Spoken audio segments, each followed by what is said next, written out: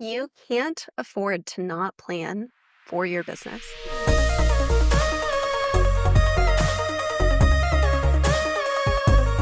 Hey, everybody. My name is Michelle Klein, and I am the founder of DogCo Launch and the host of DogCo Secrets, where I bring hopefully quick-ish, actionable things to you every week that you are able to incorporate into your pet care business, into your business for planning, strategy, and tactics to help you grow and scale. I drop new episodes every Monday, and thanks for being here. So let's jump in for today. Today, I want to talk about something really critical to your business, which is making sure you have enough time to plan and strategize. I know your immediate thought to this may have been, Michelle, if I had that time, I would take it. I purely do not. And what I want to argue for today is that if you are feeling so pressed for time that was the first reaction you had is, I simply do not have time to do this. That is an indication more than anything else. We have to figure out how to prioritize it. We simply cannot let ourselves get to the place where we are not putting time into planning, strategizing, analyzing, and mapping out the future of our company. Now, easier said than done, I know. So today I'm going to talk about practical things you can implement on a weekly, monthly, and quarterly basis to help you put this in place for your business. I know it's not easy. I'm on my third business now. I have successfully sold two businesses and I am now growing my third, and I know how hard it is. So keep that in mind as we go through this, the next 30 minutes-ish together, that I really do resonate both with my previous businesses, both in the pet care industry, as well as my current business, which is a little bit different than pet care. I now help pet care companies, but absolutely is still busy, and planning and strategizing, reviewing and analyzing are still day-to-day struggles. But I know it feels like we oftentimes don't have time, and I want to help us create more time today. One thing I've been thinking on quite a bit is how business owners, I feel, are oftentimes so good at giving time to everybody around them, so good at prioritizing time for their staff and time to meet regularly with their staff, and prioritizing time to connect with their clients and get on a call with clients. If there's an upset client, really prioritizing time around that. Just as a couple examples, and we can be so unpracticed at putting time aside for ourselves, time that we need to be able to show up and take our business to the next level, take our business to where we want to get it to. So that is my goal for today. If you are stuck in the daily grind, one thing that I want to emphasize for you today, so maybe to take a step to the side and explain that language, I refer to the daily grind as anything that happens in your business on a daily basis that is typically very urgent and very time sensitive. In the pet care world, especially, there are so many things that fall into that category. We are dealing with live animals.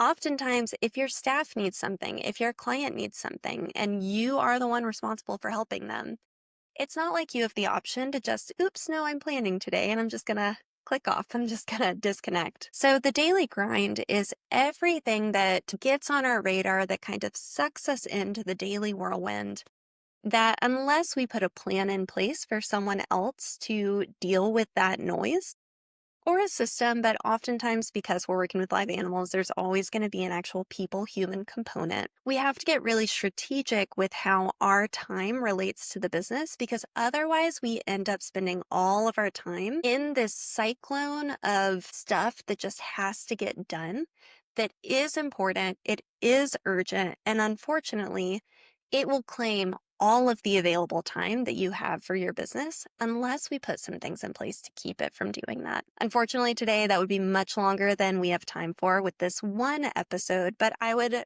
maybe just leave you if you're feeling stuck in this. There's just so much of this whirlwind. I don't see a future where I could plan and make this kind of time, even with the tactics we're going to talk about today. Just know it truly is possible. It is possible to get out of the whirlwind of your business. Now, by possible, I do not mean easy. Those two things are actually often quite unrelated, but it is possible with the right positions to support you, the right SOPs, the right operational structure. It is doable. So if you feel stuck there, first of all, consider my upcoming mastermind or some of the resources that I put together, maybe getting into my Facebook group.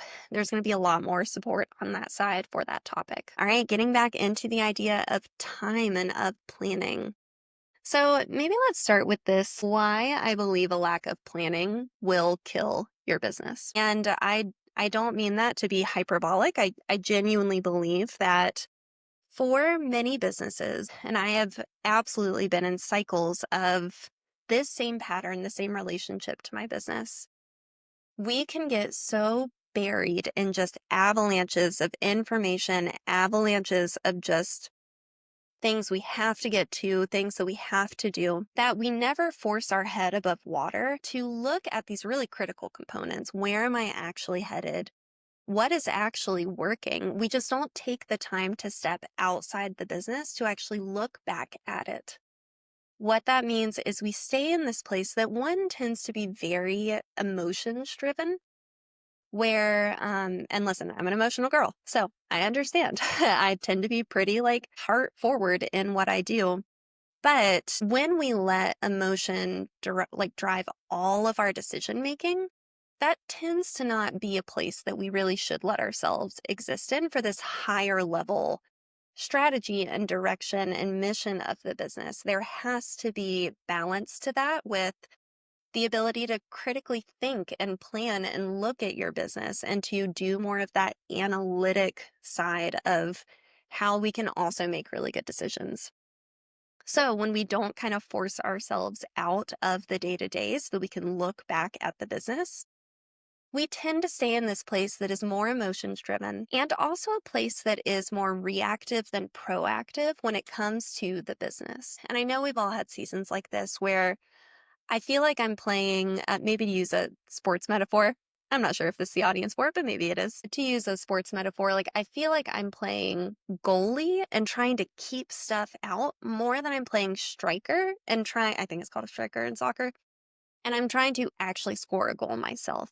We end up kind of sitting in this place where it's like I'm trying to prevent bad things from happening more so than I'm actually taking my business to the next level and to the next place that I want it to grow into and I want it to succeed in. So planning, taking this time set aside to strategize is what helps us move, I guess to follow the soccer analogy, it helps us move from playing goalie to playing forward or striker. It just helps us get into this place where we're actually anticipating what we want to do next. I was thinking a lot about how with a lack of planning, well, maybe to start that sentence over, there are so many things in our business that take just this iterative 1% every day getting better, 1% every day building in order to actualize something great, like something truly great, you're probably not cranking out in a day. That probably is the reflection of work, time, focus, and effort compounded over a long enough amount of time to really create something unique and amazing and helpful and resourceful into the world. So if we're looking at this 1% compounding, what's really interesting, this is actually something from Atomic Habits. I'll put the link to that book in the description. It is an affiliate link, just FYI. But one thing that is super interesting is this idea of compounding, because 1% in a micro view is so small. Compounded over time, the direction that 1% is headed actually creates this huge trajectory in the business that we want to be thoughtful about. If we're having to compound things with small actions over time, we want to make sure that that is directionally headed the way that we want it to go. There's no way for us to know if we are on course if we, one, haven't taken the time set aside to really make sure that I have clarity on where I want to go. I know that in and of itself can be a huge battle, just figuring that out. And then also mapping the pathway to get there and making sure that down in the micro and our day-to-day actions, these small moments that compound on each other, we're headed in the right direction. Alex Hormozy has a quote that I really like so going back to this idea of we're busy, we're so busy. Who has the time? Am I right? Alex Hormozy talks about there is a season that every business owner comes up against, and I really resonate with this quote, where you work two jobs for a window of time You have to work your current job as you are to the business, like who am I in this present season? And then you're also having to work the job of your future self of where you are wanting to go and actualize. So, starting this over, a season where you work two jobs, where future you and current you are having to work in parallel at the same time. That is what I was trying to get out. The bridge that we put in place between what your current self and your future self are doing is the planning. It's when we take a step out and we look at, how do I bridge between these two realities? How do I move from where I am today to where I want to be and where I want the business to be? And so planning and strategy it is the bridge from current you to future you.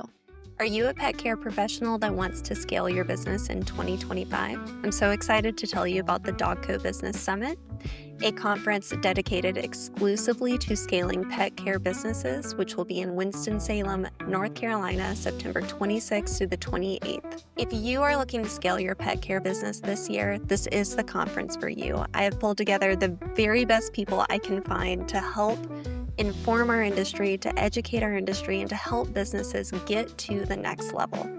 With speakers like Jamie Troll and Joey Coleman, you are sure to take home really actionable information to put into your pet care business to help you grow.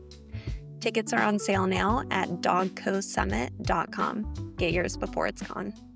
All right, so I want to talk about 3 things that I recommend every business owner puts in place to help move more windows of dedicated time into your life for planning and mapping and strategizing the future of your business. All right, let's start in the micro. Let's start in what I really recommend you include in a week.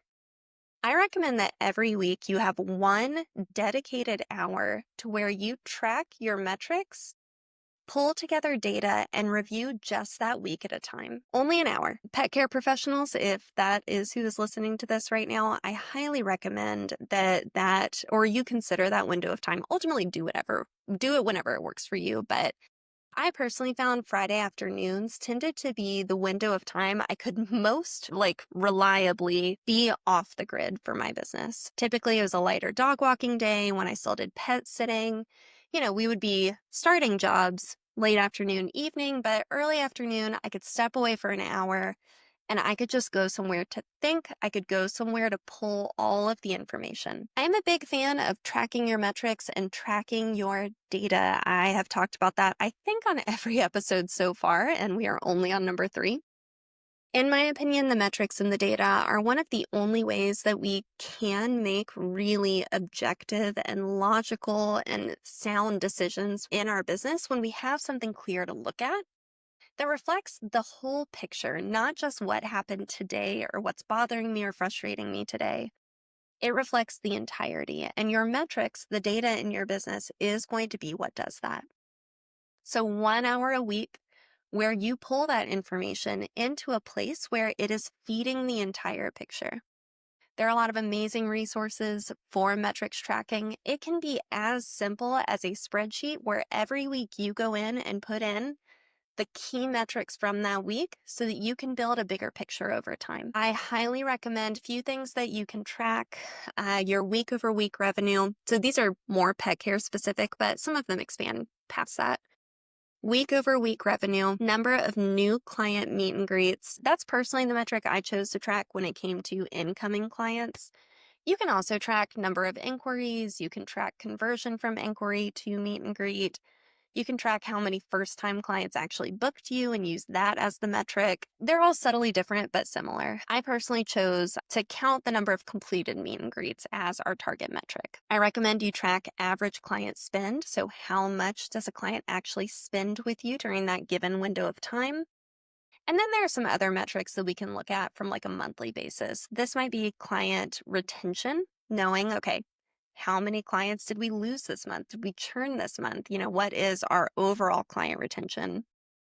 Employee retention, and then profit margin. And then as a subpoint to profit margin, your labor margin, because that tends to be, and that's a whole other podcast. We'll get to that at some point. But going back to your new practice, your new target, 1 hour a week where you pull relevant data and information into a central place that is just building over time so that you have something to look at and analyze. All right, so that's going to be 4 hours a month. I would love for you to pause and just think to yourself, can I give myself 4 hours? 4 hours a month. As part of that hour once a week, also take the time to just do some writing. Like what happened this week? Did it go well? What were the biggest pain points, frustrations, bottlenecks that I came up against? What robbed me of my time that I didn't expect? Did we have any client things come up that were unexpected or difficult to deal with? Just something that we can use to get it out of your head into a place we can look at, even just in the future, even if we don't do anything with that now, that just lets us do some review on the week. Review and planning tend to fit hand in hand. I'm a big fan that our planning should really be contextualized to what's actually happening. Otherwise, we're in theoretical land of, I want to get to this direction, or I hope I get here. We have to ground it in what's actually happening. There's a quote I love that is the job of a CEO. This is something my coach used to say to me quite often. The job of a CEO is to define the reality.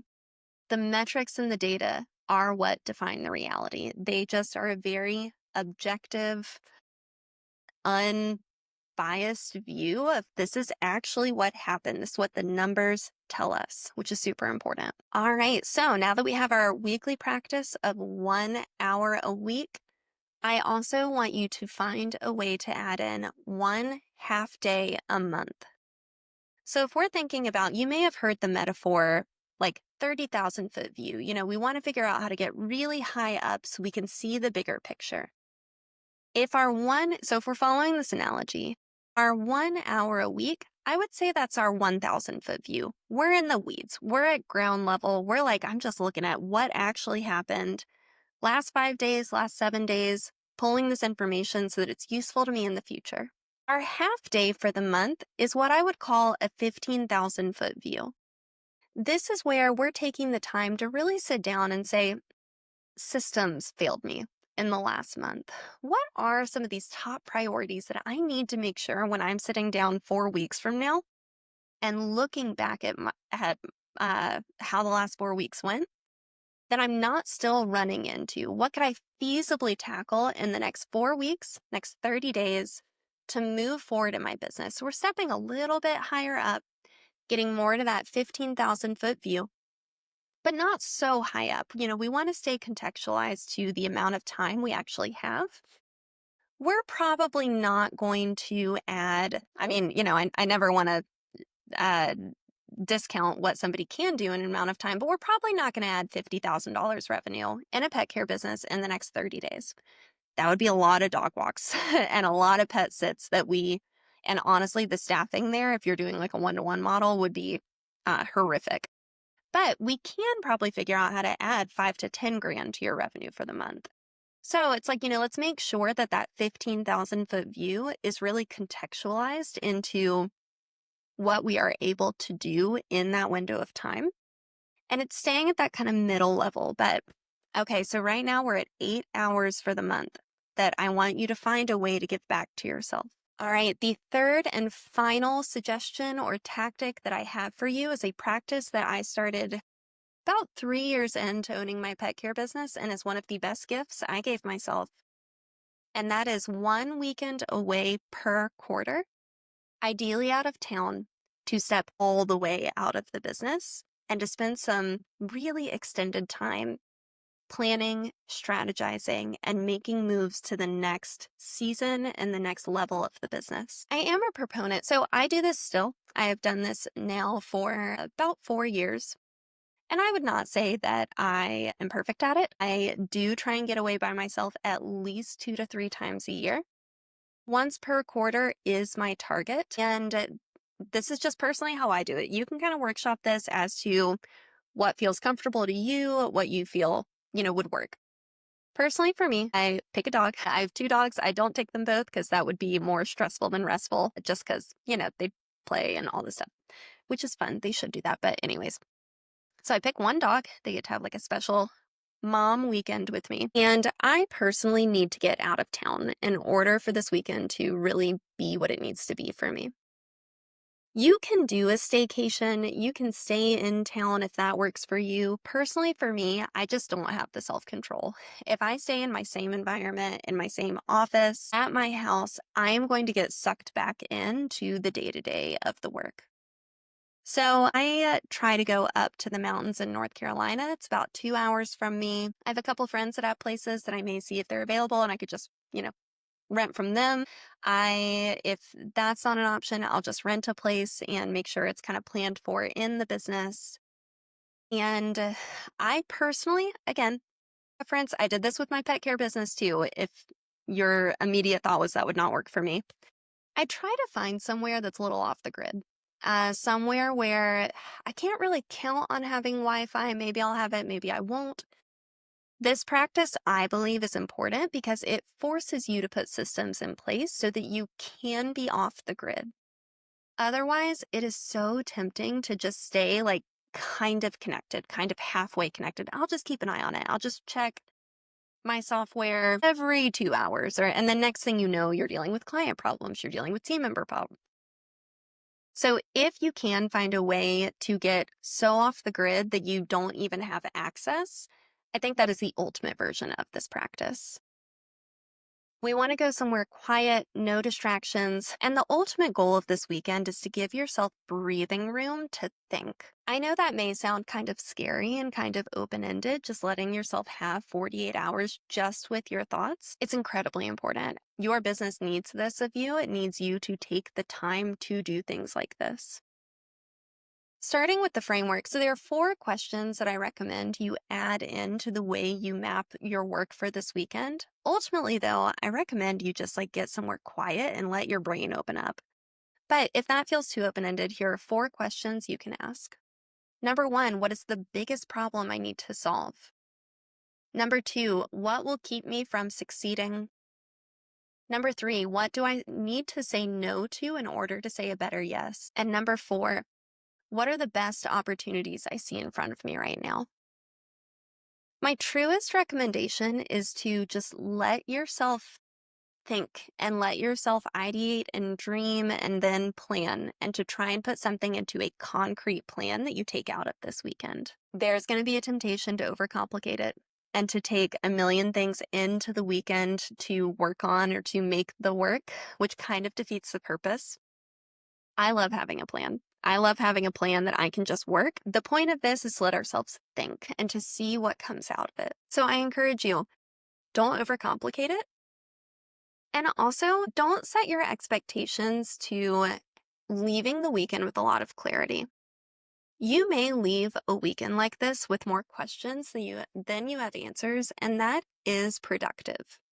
It may not feel like it in the moment, but giving yourself to this process, letting yourself just expand your mind, take the time to think, take the time to dream about your business is time that I rarely see business owners truly give to themselves, and I think is so, so important. We talked about this at the very beginning, but so often we are quick to give our time to everyone but ourselves as owners, and that may serve you in the short term. That may let you like grind really hard and, be everything everywhere all at once. But as a long-term strategy, that will cut you at the knees. So we want to make sure we give ourselves this time, we give ourselves this ability to plan and to focus. This took me down memory lane because these, in hindsight, are some of the fondest memories I have of my pet care business is time that I really spent dreaming and thinking and letting myself get out of the day-to-day anxiety. And I wanted to give some examples that came out of that and how much it benefited my company. So number 1, this was one of the force factors that helped me get fully out of the field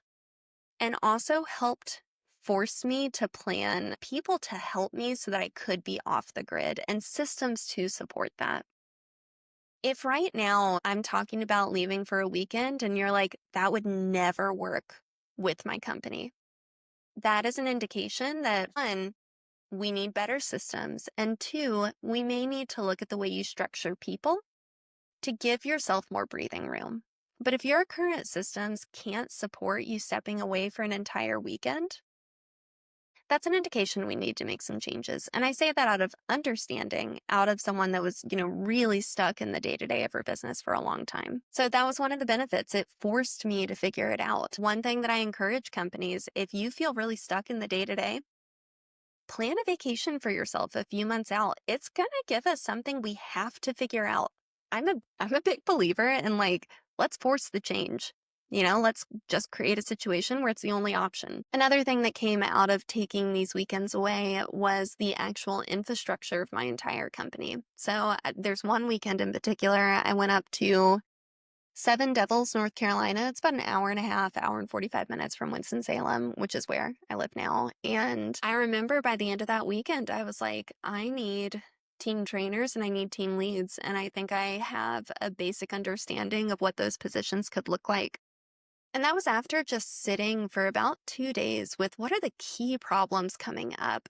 What keeps pulling me back in? What isn't working in the business? And those two positions I now teach to my mastermind members. That was a really good, successful move for the company. Some of the highest leverage opportunities and partnerships for my pet care business came out of these weekends away.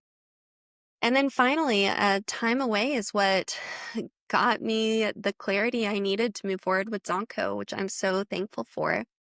I took a 2-week trip at the end of 2022 and finally felt that I had the clarity I needed during that trip. It was not a solo trip, and it actually was international. I don't think that's necessary to the process. It just kind of happened for me. But I took 2 days in a little coffee shop and just had this beautiful window of time to really envision what this company could be and to get the clarity I needed to start it.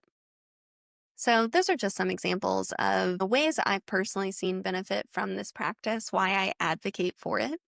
Part of this is me holding myself accountable too. I need to get my next weekend on the calendar, and I'm hopeful I can do that sometime in April or May. So my takeaways for you, we want to find these 3 window of times. We want to find 1 hour a week, a half day a month, and 2 full days away to plan and think, a quarter. That's my recommendation. And I would encourage you to keep in mind, I did this calculation before, and you know what? I'm going to pull up my phone and make sure that I don't fluff up this math because that is something I would do. But if we are looking at taking 4 hours a month, if we are looking at taking if we're looking at 1 hour a week for data and review, if we're looking at a half day a month to go to 15,000 feet, and if we're looking at 2 full days a quarter, pardon me, I'm doing math because I want to make sure I do this right. All right, that is 72 hours per quarter that we give ourselves. That's 3 days. That is absolutely doable if we add that all up. I'm doing one more bit of math. Yeah, that is 72 hours out of like 2,100. And listen, if my math's not perfect, take the principle, not the example, because I really don't do math on the fly super well. If you work with me, you know that. It's quick and dirty math. And then if I need to do it further, I'll go away and think where it's quiet. But it is such a small percentage of the overall time that you are giving to so many other places. So I would encourage you, let's find a way to get you more time. Your business truly needs it. You need it to figure out what is next for you and what is next for your business and how we're going to get there. All right, I'd love for you to drop a comment and let me know what you think.